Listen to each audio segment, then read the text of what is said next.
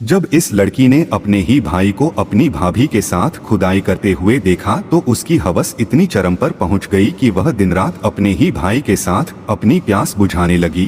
फिर उसे इसकी आदत लग गई और वह सबके साथ अपनी रातें बिताने लगी। कहानी पैन के छोटे से शहर से शुरू होती है, जहां एक भयानक आपदा आई जिसमें शहर नष्ट हो गया और जो लोग बच गए वे शहर की ओर भाग गए। इन सब के बीच हम देखते हैं कि चक एक छोटे बच्चे को गोद में लिए हुए है। चक भी अपने पति से मिलने इस शहर के प्लांट में जाते थे। अब सभी लोग जहाज पर सवार होकर शहर जा रहे थे। अब लड़की के पास पैसे नहीं हैं, इसलिए वह सबकी नजरों से बचते हुए जहाज पर चढ़ जाती है, लेकिन यान के गार्ड उसे देख लेते हैं, जिसके कारण उसे अगले बंदरगाह पर उतार दिया जाता है। अब वह शहर में नई और अकेली थी और उसका घर नगर से बहुत दूर था, इसलिए आया शहर में घूमते समय उसने एक आदमी को अपनी कहानी सुनाई और मदद मांगी, लेकिन उस आदमी ने उसे बताया कि वह उससे भी ज्यादा गरीब है, तो वह उसे जाने देती है। इसी दौरान वहाँ से गुजर रही युवती का पर्स सड़क पर गिर गया और वह लड़की उसे उठाकर उसे दे देती है और वह अपनी पूरी कहानी बताती है। फिर महिला उसकी मदद करती है और उसे अपने साथ कार तक ले जाती है और बस में बिठाती है। वह कुछ पैसे देती है। चक बस की पिछली सीट पर बैठती है और अपने बच्चे को दूध पिलाने की कोशिश करती है। तभी दो शेर बेचने वाले आए और उसे चिढ़ाते हुए बोले, डालक एक तरफ खाली है, तुम चाहो तो हम भी पी सकते हैं।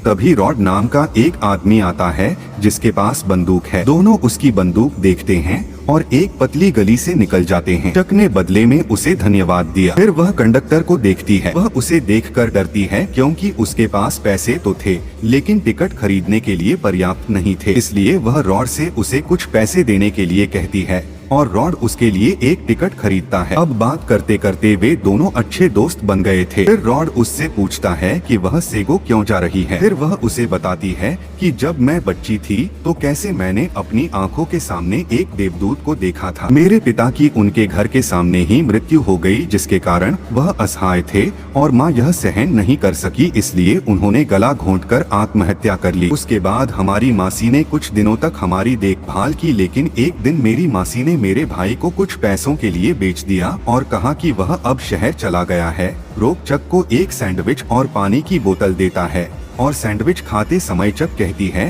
कि जब मैं 16 साल की थी तब मेरे चाचा की नियत खराब थी और उन्होंने मुझे जबरदस्ती खड़ा कर दिया और बहुत जबरदस्त पेला, और जब मैंने मासी को यह बात बताई तो मासी अपने पति को मुझसे ज्यादा प्यार करती थी, वह उनके लिए भगवान था। अब यह सुनने के बाद रॉड को आश्चर्य हुआ कि अंकल ऐसा कैसे कर सकते हैं। फिर रॉड पूछता है कि तुम्हें क्या हुआ और कैसे। तब चक उसे बताती है कि एक दिन अंकल ने मुझे काम के लिए शहर भेजा था और 5वें दिन अंकल का फोन आता है और कहता है तुम्हारा भाई आया था, तो मैं उसे आपका पता दे देता हूँ। और उसी दिन टोटो मुझसे मिलने आता है और मैं उसे देखकर दंग रह जाती हूँ। फिर वह मुझे अपने घर ले जाता है। फिर मुझे पता चलता है वह टोटो शानो नाम की एक लड़की को डेट कर रहा है और वह जितनी खूबसूरत दिखती थी उतनी ही अच्छी भी थी। वह मेरा मेकअप करती है और मुझे इस माहौल में रहना सिखाती है और मैं टोटो के साथ कुछ समय बिताती हूँ। अब एक रात मैं टोटो और शानो दोनों को बिस्तर में मचाते हुए देखती हूँ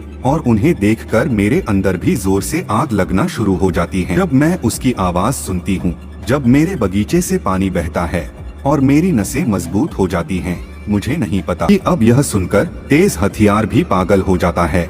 फिर चक ऊपर से उन्हें देखते हुए कहती है, मैं उन्हें देखती हूँ, मैं कांपने लगती हूँ और पानी को अपने पैरों से बहने देती हूँ। फिर जो कुछ भी मैं देखता हूँ उसे अपने अंदर डालकर अपनी आग बुझाती हूँ और यह सुनकर रोक चक से कहता है कि तुम मुझे क्यों परेशान कर रही हो, मुझे तुम्हारे लिए वासना नहीं बल्कि तुमसे प्यार है। जब चक कहती है कि उसका भाई उसका पति है, यह सुनकर रोक चौंक जाता है। मेरी भाभी बाहर थी और मैं अपने ही भाई के बिस्तर में गिर गई। जब से मैंने उसे खुदाई करते देखा मैं उसके पास नहीं आई और एक रात मैं अपने कपड़े उतार कर बिस्तर पर गिर गई और उसे एक हिंसक रात की तरह मुझे खुद को खोदने दिया। पहले तो उसने मना कर दिया, बाद में अपनी हवस को देखकर मैं भी उसे रोक नहीं पाई। फिर मेरे भाई ने पूरी रात मेरे पौधों को पानी दिया। अगले दिन जब मैं खाना बना रही थी तब टोटो बाद में आया और मैं अपने उरूक से मुझे खुश कर दिया। अब वह हर घंटे मेरा ढोल बजाने लगा और उसने शनॉय को भी पूरे साल भर में वैसा नहीं खोदा होगा जैसे वह मुझे 4 दिनों में खोदने लग गया। और कुछ दिनों के बाद मैं गर्भवती हो गई। तब टोटो मुझे वापस गांव ले आया ताकि मैं बच्चा पैदा कर सकूं और शनॉय को हमारे संबंध के बारे पता नहीं चलना चाहिए। अब मैं एक भयानक तूफान के बाद हमारे गांव को नष्ट करने के बाद एक बच्चे को खाना खिलाती हूँ, इसलिए वह सेगोविया टोटो वापस जा रही है। उसे आश्चर्य हुआ कि एक लड़का अपने भाई की देखभाल कैसे कर सकता है। अब बस जहाज पर अन्य लोगों को दिखाने वाली खबर दिखाती है और यह वही जहाज है जिस पर चक थी। अब चक आगे कहती है कि जब वह जहाज पर थी तो उसके पास टिकट नहीं था, इसलिए जहाज का गार्ड उसे पकड़कर अधिकारी के पास गया और चक का गर्म शरीर देखकर वह अपना होश खो बैठा और उस बहुत जोर से खोदने लग गया। फिर दोनों गार्ड ने एक के बाद एक गड्ढा खोदा जिससे लोहा भी निकल रहा है। अब जब उनका मेरे से काम पूरा हो गया तो उन्होंने मुझे विदा किया और दूसरी ओर हम कुछ रईसों को देखते हैं। लड़के भी उसके पास आए तो बकाना की लड़कियों ने भी उस पर रॉकेट दागे। तभी मेरी मुलाकात एक महिला से होती है जो मुझे वही विशेष जड़ी बूटियां दिखाती है जो वह शहर में बेचती थी। मुझे लगता है कि वे पौधे बिक्री के लिए हैं। सब्जियां खाने से उसका दर्द कम हो जाएगा, लेकिन महिला उसे बताती है कि ये दवाएं नहीं हैं, ये जहर हैं और अगर कोई इनमें से थोड़ा भी खाएगा तो वह मर जाएगा। हम बात कर रहे थे तभी एक गार्ड आया और मुझसे कैप्टन के पास जाने को कहा। मैं देखती हूँ कि मेरा बेटा उस महिला से मिलने जा रहा है। अब मैं सोच रहा था कि कैप्टन एक अच्छा आदमी होगा, लेकिन कैप्टन भी अपने बीच के हथियार से मुझे गरम करके बहुत खोदता है। अब रॉड बातचीत सुनकर बीच में ही सो जाता है, लेकिन हम देखते हैं कि जब चक कैप्टन के कार्यालय से वापस आती है तो रिले को उस पर दया आती है, इसलिए रिले ने उसे जहर की दवा दे दी। अब वह उनके पास जाती है और उनके खाने में दवा मिला देती हैं और फिर समझदारी से कैप्टन की शराब में भी जहर डाल देती हैं और फिर कैप्टन उसे पीता है। अगले दिन सुबह चक जल्दी जहाज से उतर जाती हैं ताकि वह उन लोगों के कत्ल के मामले में शामिल न हो। इस बीच उनकी बस एक जगह रुकती है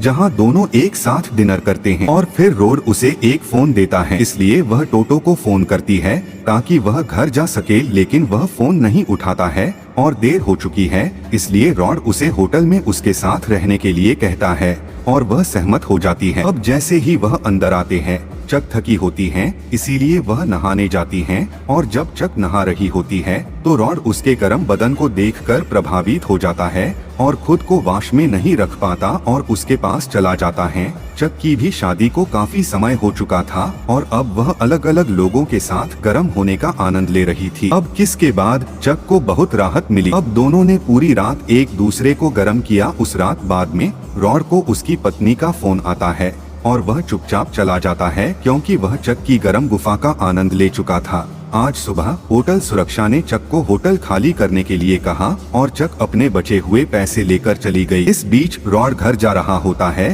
तभी टीवी पर खबर आती है कि रॉड ने जहाज के सभी क्रू को मार डाला है और चक पुलिस को गवाही दे रही है। उसने ऐसा इसलिए किया क्योंकि वह उससे बदला लेना चाहती थी, क्योंकि उसने रॉड को उसकी पत्नी से बात करते हुए सुन लिया था और उसे पता चला कि रोक ने भी चक से प्यार का झूठ बोला था और सिर्फ उसका फायदा उठाया था और फिर इसीलिए चक ने अपनी चाल चली थी और चक ने रॉड के फोन से पुलिस और सबको कई संदेश भेजे। उसी रात पुलिस उसकी बात से सहमत हो गई, इसलिए जल्द ही पुलिस रॉड के घर पहुंच गई और पुलिस को देखकर रॉड ने भागने की कोशिश की तो पुलिस ने उसे गोली मारकर वहीं मार डाला और यह सब देखकर चक हंसने लगी क्योंकि सभी ने उसका फायदा उठाया था, कोई भी साथ नहीं आया। उसके भाई ने भी उसे छोड़ दिया। तो यह थी एक असहाय महिला की कहानी। दोस्तों, आशा करता हूँ कहानी आपको बहुत पसंद आई होगी। तो फिर मिलते हैं एक और अनोखी और दिलचस्प कहानी के साथ अगली वीडियो में। तो तब तक चैनल को सब्सक्राइब करें और इस वीडियो को लाइक करें।